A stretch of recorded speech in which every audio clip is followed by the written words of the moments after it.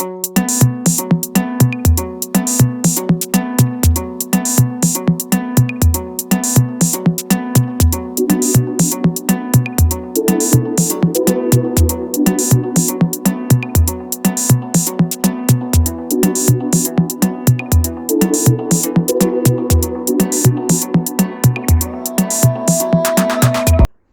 Dwayne, I want to ask you, do you have a little bit more time to spare with Yeah, us? come on.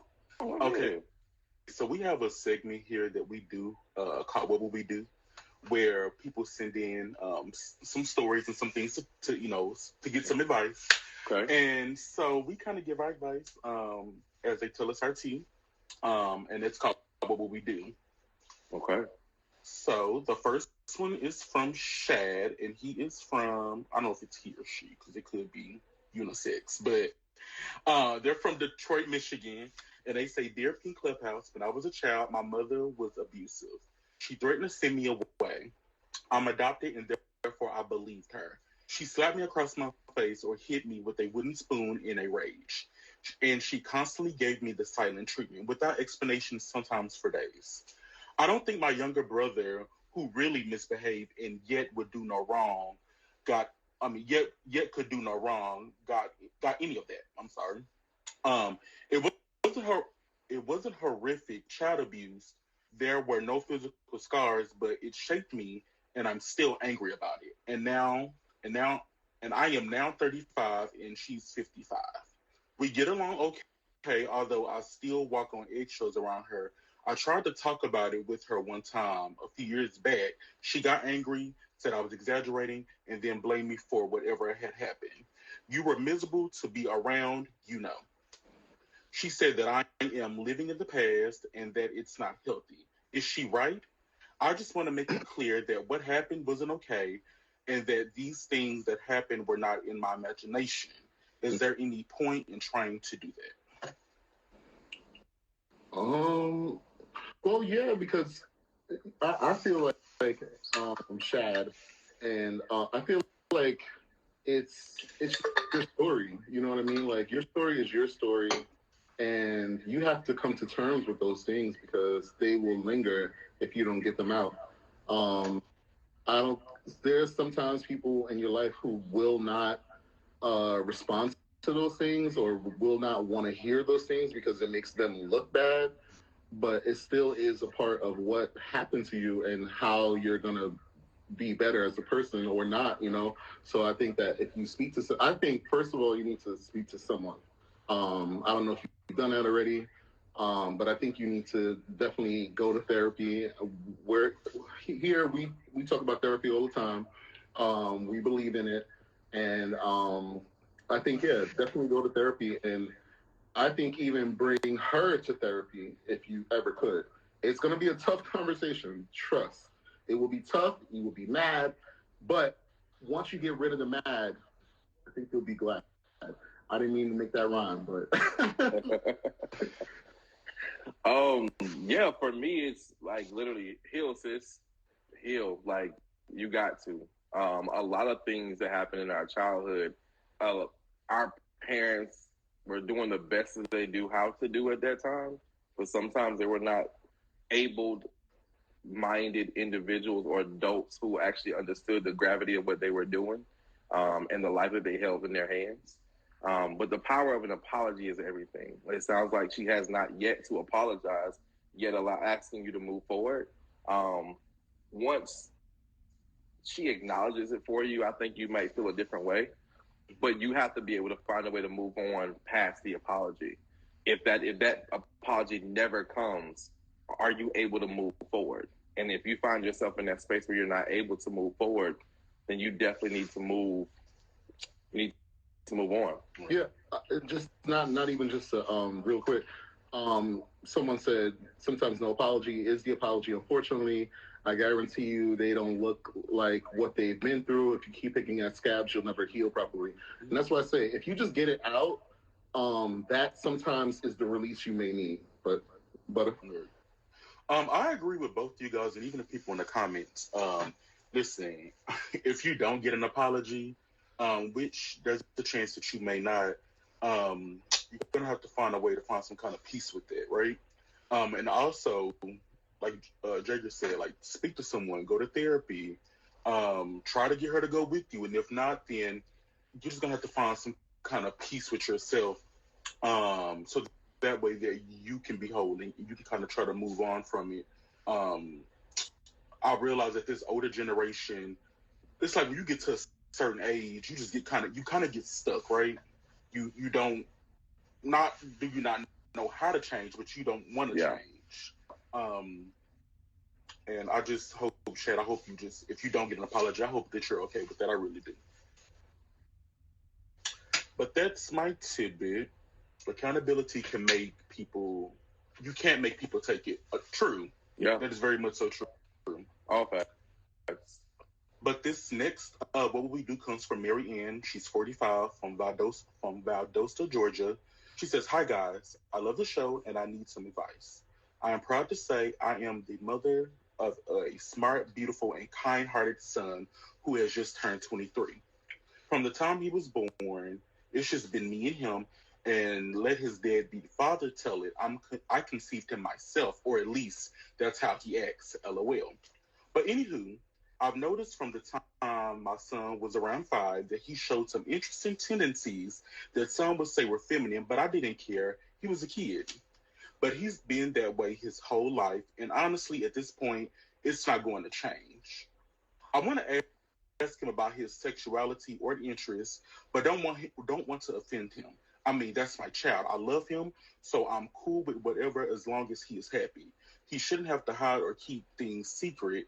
I know my child, and I feel like if I don't ask, he won't say it. What should I do?"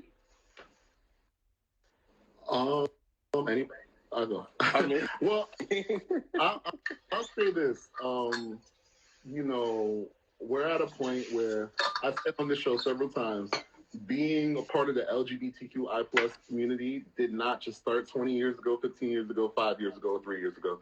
There have been people in this spectrum for thousands of years. You know, you can look back in history and it's been there. So, you know, it's not something new. It's something that's innate. I do feel that, you know, it's a part of just who you are. You know, the Indians from thousands of years ago believed in two spirits, where they had a female spirit inside of you and a male spirit, and it was just a thing. And they still believe in that kind of stuff. So, you know, being feminine, you know, and what is masculine at this point, right? Because we have men who do all kind of things. And, you know, I think most importantly, you know, sexuality and talking to him about sexuality and sex is probably the most important thing rather than anything else, because he'll try to find out ways to be sexual with people that probably won't care about him, if that makes sense. You know, he'll try to learn that through people who are older than him, who will take advantage of him.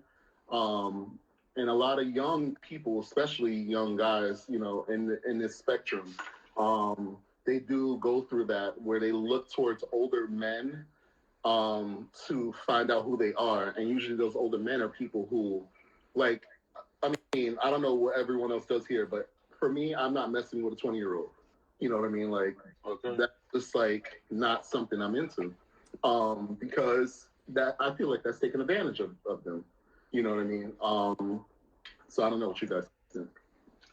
Well, I do want to point out this comment from underscore Miss Chase. She says, "Human nature gives both male and female tendencies of both genders, some more than others. Be yourself, love yourself, be his mother, and love him." Oh, you pinned it. Hang on. I can't even finish it. No, you're fine. Hang on. Be his mother and love him for who he is, not the attributes that he displays. I love that. Whew. I mean, what if your son isn't? I'm assuming that you think that maybe he may be homosexual, or have an interest in men. What if he isn't? What if he just that's just simply who he is? Yeah. I saw someone this week. There was a feminine guy who's dating a really masculine woman. Yeah, that's. I don't get into all of that. You are who you are. Yeah. Who said that anyone in a heterosexual relationship that the man had to be this masculine person anyway. Yeah.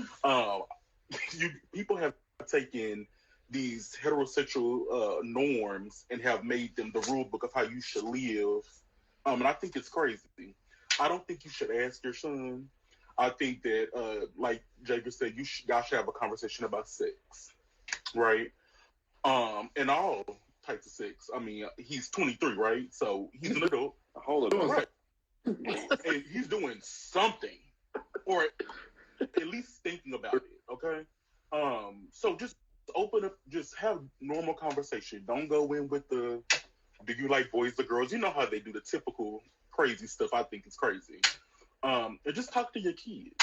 Yeah. And if he comes out, you be there. And if he says, "Mom,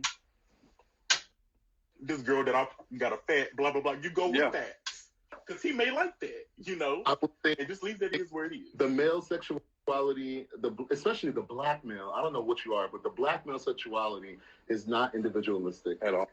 No. At all. Yeah, I agree.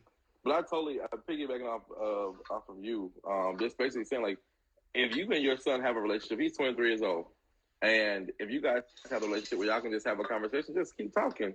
It'll eventually, if what your suspicions are to be true, because I know a lot of people, a lot of women who say that, they have this mother's intuition that knows certain things. Cool. I respect it. But just wait in that season and that time for them to open up to you. But continue to be there. Continue to love on them regardless of what it is. And I think at the end of the day, as long as you're present in your child's life, when they're ready to open up about anything, they'll open up. Right. There's no need to force the conversation. There's no need to pry or whatever, because prying begets lying. Prying begets the using different adjectives, them, they. That was mine for the longest of time. It was like, hey, I'm dating that person. This person is never a name. It was always them, they, or whatever, until I own my own truth in that space. And so, like, a lot of times we just need to be sure that we create, as my business partner, event planner at the Dope Chick says, create the space for y'all to have comfortable conversations. At the end of the day, this is all you got to do. Like, no matter what they are, if you're going to love your child regardless, why does it matter? Right. Because we all damn know that some of y'all out there ain't doing. For real. Well, you guys, that was the end of our What We Do. Dwain, thank you so much for participating and coming on the show. Thank y'all for having me. Congratulations on your business and your website. I am so happy for you. We're so happy for you. And you definitely have to come back again. Definitely.